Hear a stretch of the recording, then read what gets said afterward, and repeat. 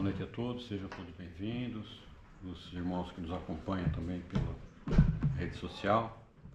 É uma alegria muito grande estarmos aqui mais uma vez para falarmos um pouquinho sobre os ensinamentos de Jesus, sobre a doutrina dos Espíritos, essa doutrina que traz tanto alento, para as nossas almas, para os nossos espíritos.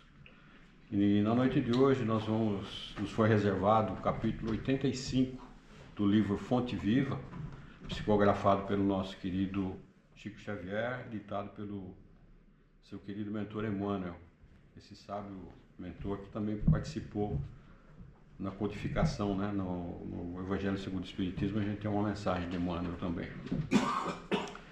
E a mensagem tem por título Impedimentos. A própria mensagem por si já fala muito, E Emmanuel foi buscar inspiração para essa mensagem no capítulo 12 da carta de Paulo aos Hebreus, no versículo 1, que diz o seguinte: deixemos todo impedimento e pecado que tão de perto nos rodeiam e corramos com perseverança a corrida que nos está proposta. Essa mensagem, esse versículo, assim, individualmente falando, não nos deixa muito claro o sentido. E eu fui dar uma olhadinha no Evangelho, no Novo Testamento, para ver em que condições, em que situações o Paulo estava dialogando, através dessa carta com os Hebreus. E esse capítulo 12 tem por título Perseverança no meio das provações, segundo o exemplo do Cristo. Aqui já dá para a gente ter uma ideia, dos impedimentos que ele fala acerca da nosso labor na seara do bem, na seara cristã. Mas esse versículo ainda, na verdade, Emmanuel pegou só um trechozinho dele, ele está truncado. Se a gente for ler o versículo todo, vou pedir licença para as senhoras e senhores para dar uma olhada, fica até um pouco mais claro. Então, o versículo de Paulo, ele é até um pouquinho mais longo, ele diz o seguinte: portanto, nós também, pois que estamos rodeados de uma tão grande nuvem de testemunhas, aí sim, deixemos todo impedimento e pecado que tão de perto nos rodeiam e corramos com perseverança a carreira que nos está proposta. Qual seria a carreira? No segundo versículo, o Paulo esclarece: olhando para Jesus, autor e consumador da fé, o qual, pelo gozo que lhe estava proposto, suportou a cruz. Então aqui ele já está falando das dificuldades, dos impedimentos, das dificuldades que nós encontramos na seara cristã, na seara do bem. Mas vamos ver a interpretação que o próprio Emmanuel nos traz, Vamos usar as palavras textuais dele. O grande apóstolo da gentilidade, dos gentios, figura o trabalho cristão como sendo uma carreira da alma, quer dizer, uma corrida da alma, no estádio largo da vida, quer dizer, uma corrida na vida da matéria, porque aqui ele está abrangendo o pequeno período que representa uma encarnação na matéria com relação à vida espiritual. Então ele está pegando a vida, o termo vida aqui que ele usa é de uma encarnação, o período de uma encarnação.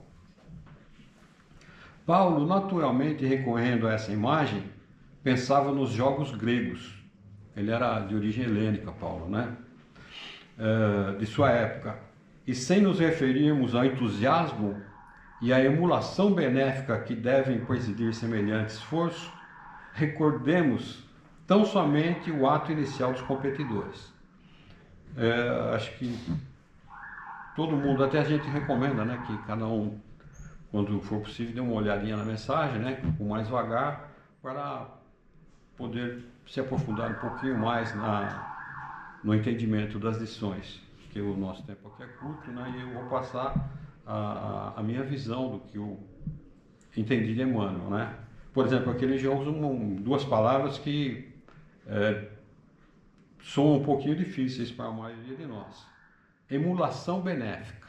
O que seria emulação benéfica? Ele está falando aqui dos jogos, Então ele fala assim, a expressão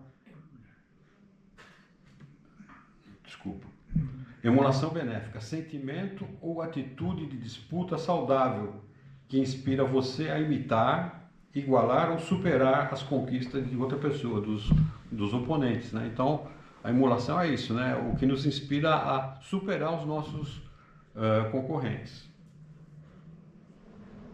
ou competidores.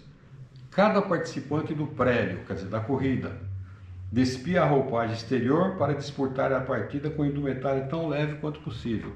É o que acontece hoje, né? Ninguém corre de roupa, imagine correr de agasalho, uma corrida de velocidade, né? E os jogos tinham poucos esportes e também não tinha premiação, né? Era mais a coroa que ele recebia e pelo que eu entendi, que eu li, fala-se muito coroa de louro, mas lá eles falam, mas onde eu li eles falam em coroa de galhos de oliveira e não de louro. Talvez o louro entrou depois nos jogos, mas antigamente era antes de Cristo. Esses jogos começaram acho que no ano 700 e pouco antes de Cristo. E tinham poucas disputas, né? Tinha corrida de biga, corrida de maratona, jogos de luta, como não podia deixar de ser, porque esses jogos na época tinham até o objetivo de demonstrar quem era o melhor guerreiro, né? Então quem corria mais, quem lutava melhor, quem atirava o dardo mais longe, o disco, tudo mais ou menos tinha a ver até com disputas no aspecto militar.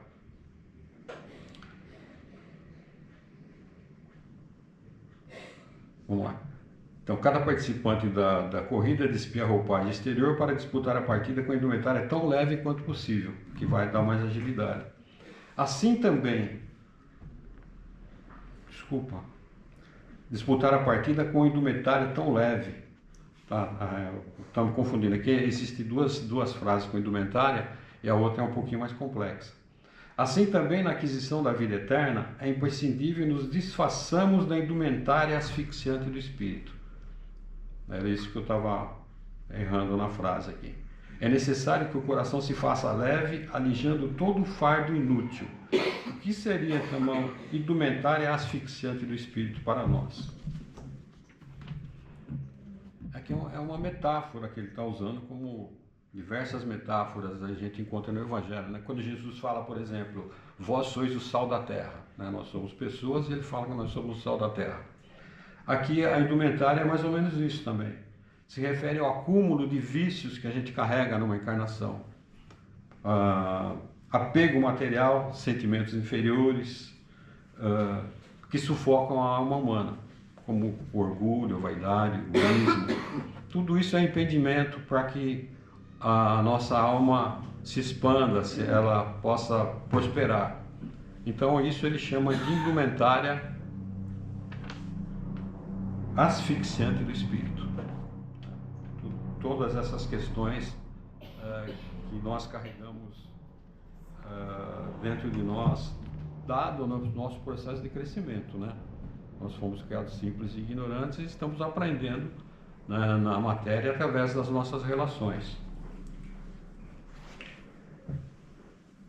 E aí Emmanuel continua. Na claridade da Boa Nova, o discípulo encontra-se à frente do Mestre, investido de obrigações santificantes, como todas as criaturas. E aqui ele vai já enumerando algumas, na verdade, diversas inibições que nós vamos encontrar ao nosso progresso moral, ao nosso progresso espiritual. Elas costumam aparecer todos os dias. Temos-las com frequência nos mais insignificantes passos do caminho.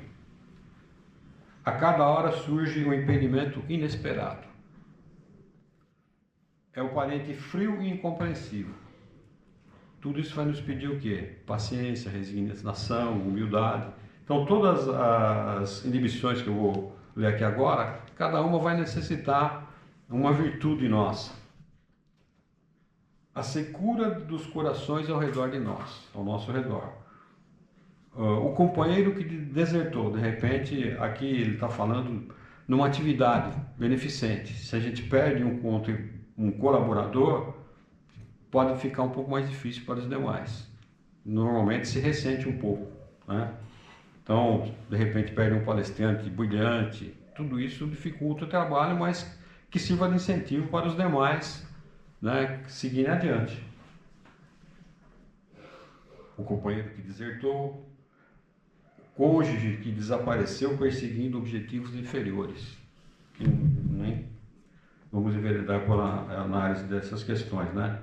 O amigo que se iludiu nas ilhas de repouso.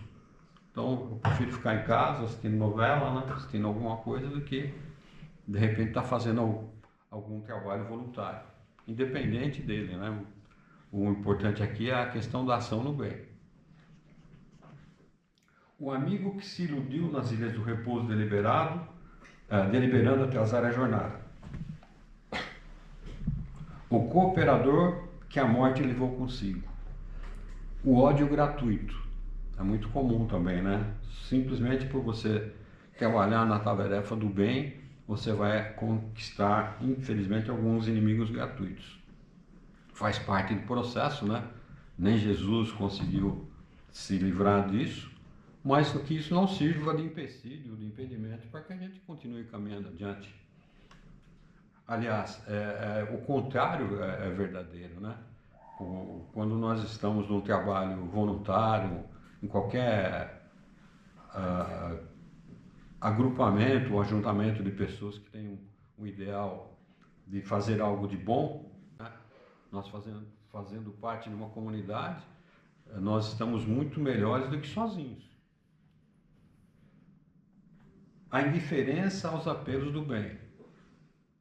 Aqui é aquela história do semeador, ele saiu a semear. As sementes vão caindo ao longo do caminho e algumas frutificam, outras não. Algumas dão resultado, outras infelizmente não, mas não importa. O que importa é o trabalho do semeador. O semeador saiu a semear. Essa é a mensagem que Jesus passou, né? A perseguição da maldade, a tormenta da discórdia. E ele conclui, né, que a boa nova, porém, oferece ao cristão a conquista da glória divina.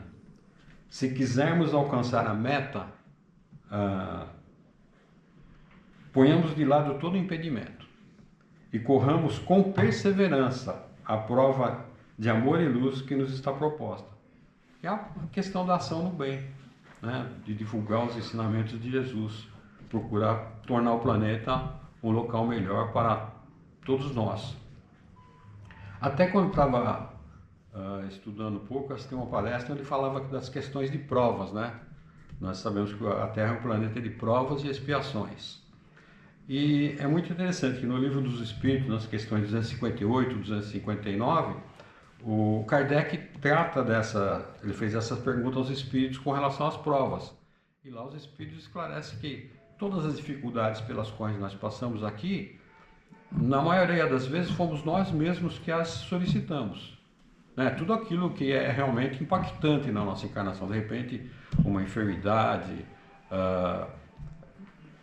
questões de relacionamento difíceis, tudo isso muitas vezes são questões que nós mesmos solicitamos. E fica fácil de entender isso quando nós olhamos para o seguinte aspecto. Quando nós entramos numa universidade, num curso, nós procuramos superar as dificuldades ou vencer aquele curso, realizar aquele curso o mais rapidamente possível.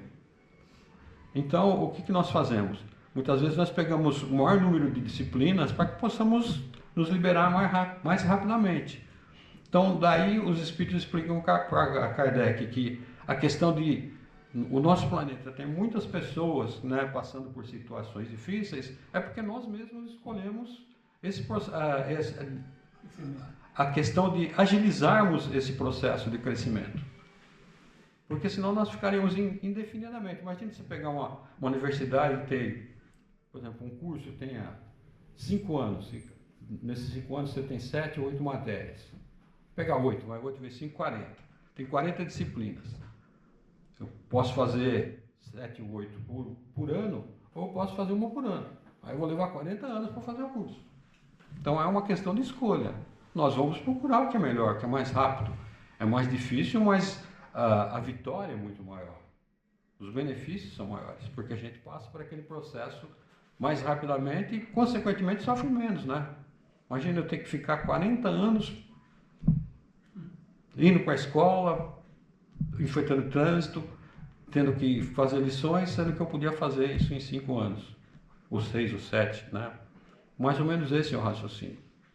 Então, por isso os espíritos falam que o número de pessoas com problemas, vamos dizer assim, na matéria é muito grande, porque nós mesmo fizemos essas escolhas, obviamente assessorados pelos bons espíritos, né? Muitos de nós, em determinadas situações, como ali no livro dos Espíritos, Kardec, os Espíritos explicam a Kardec, que muitas vezes aqueles que não estão em condição de fazer as escolhas são supridos por Deus. Mas normalmente, em dado momento da nossa trajetória espiritual, nós temos condições de fazer essas escolhas sim. E normalmente escolhemos o caminho mais difícil, né? E procuramos cortar caminho. Existem mais riscos, mas o prêmio também é melhor. Tá bom? Mas eu gostaria que quem puder der uma olhadinha nesse capítulo 85 do livro Fonte Viva, que olhando com calma, com vagar, cada um vai ter talvez uma visão um pouco mais clara, um pouco mais específica, né, sobre alguns aspectos, tá? Muito obrigado.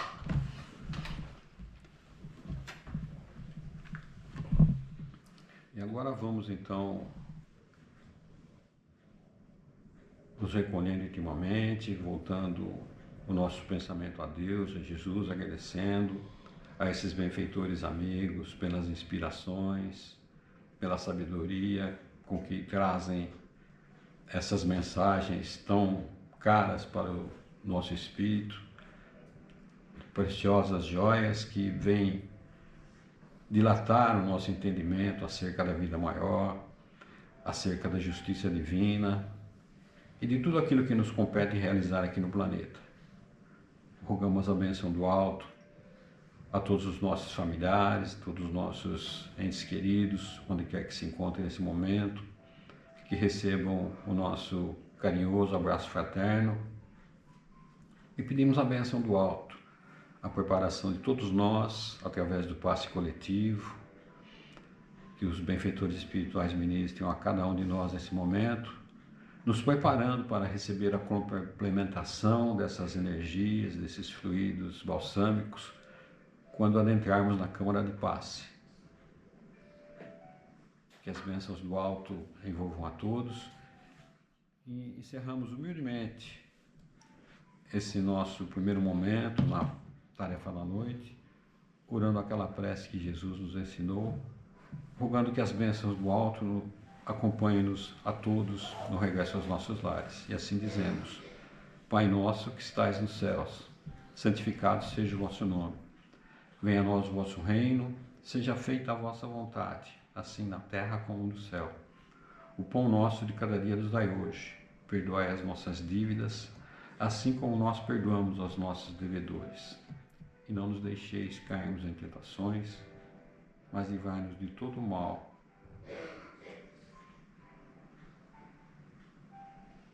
Que assim seja com as bênçãos e a graça de Deus.